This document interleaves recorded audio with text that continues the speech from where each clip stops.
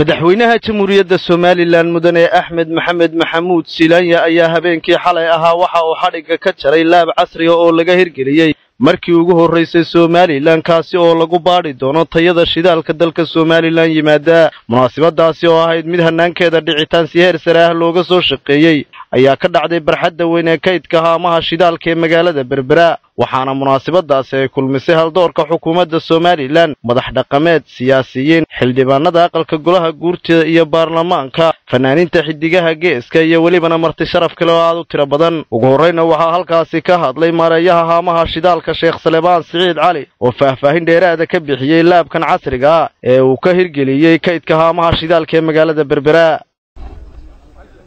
dhammaantiin waxaan idinku soo dhaweynayaa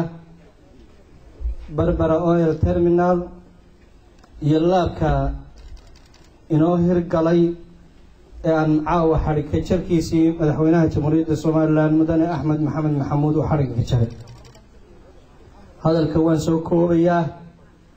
mudane madaxweyne anagoo fulinayna amarkaaga aad nagu fartay in shidaalka dalka soo galaya quality-giisu uu sax ahaado oo loo helo laab casri ah waxa guul ah oo farxad noo ah oo aanu ku faraxsanahay madaxweyne inaad maantana xadhiga nooga jartay shidaalka soo galaya reer Soomaaliland oo dhan inaan maanta hijiin iyo gaari midnaba looga shakisanayn maareeyaha dekeda Berbera injineer Cali Umar Maxamed Cali Xoor barasaabka gobolka Saaxil Fahmi Cabdi Bidaar maayarka magaalada Berbera Cabdishakuur Maxamuud Xasan Ciidin wasiirka wasaaradda maaliyadda Marwo Samsam Cabdi Aadan wasiirka wasaaradda arrimaha gudaha Cali Maxamed Waran Cade iyo xildhibaano kale oo halkaasi ka had ayaa si isku mid ah uga marakacay laabkan markii ugu horeysay laga hirgeliyay haamaha shidaalka ee magaalada Berbera inuu wax weyn ka tari doono dalka Soomaaliland shidaalkii man jiray wasiirka wasaaradda warfaafinta dhaqanka iyo wacyigelinta Soomaaliland Cabdilaahi Maxamed Daahir Cukuse iyo xildhibaan indho oo halkaasi ka hadlay ayaa soo dhaweeyay laabkan casriga waxaana laga hadlay ujeedada caawa aynu munaasabadan isugu nimi oo ah shay muhiim ah oo qarankeena ku soo kordhay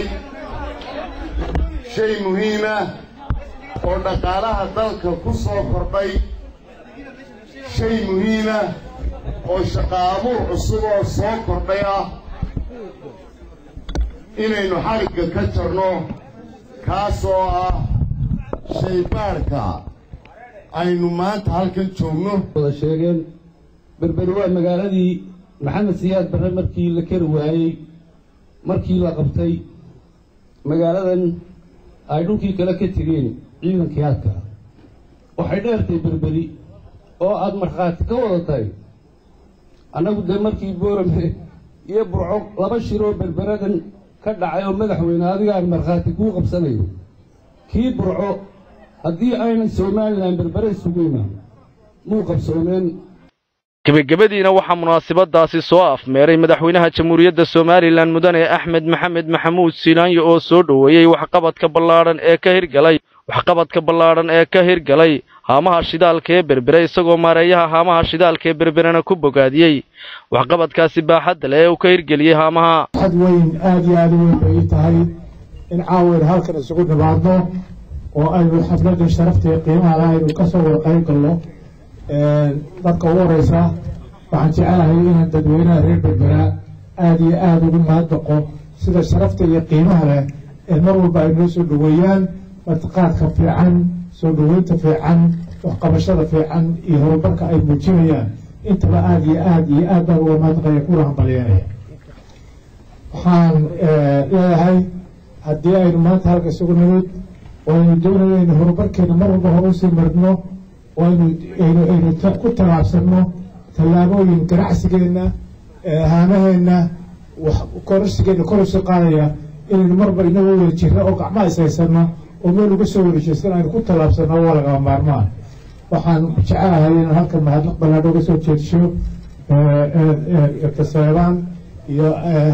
kuwa kale ee la shaqeeya intaba la shaqeeya haamaha Berbera horumarka la sameeyey sida aynu hore ugu marayno marka waxaan jecelahay arrimaha mar walba kusii tallaabsanno oo ku dhiiranno oo hore ugu sii tallaabsanno ayaa jecelahay cabdiraxmaan maxamed cige telefishinka caalamiga ee royal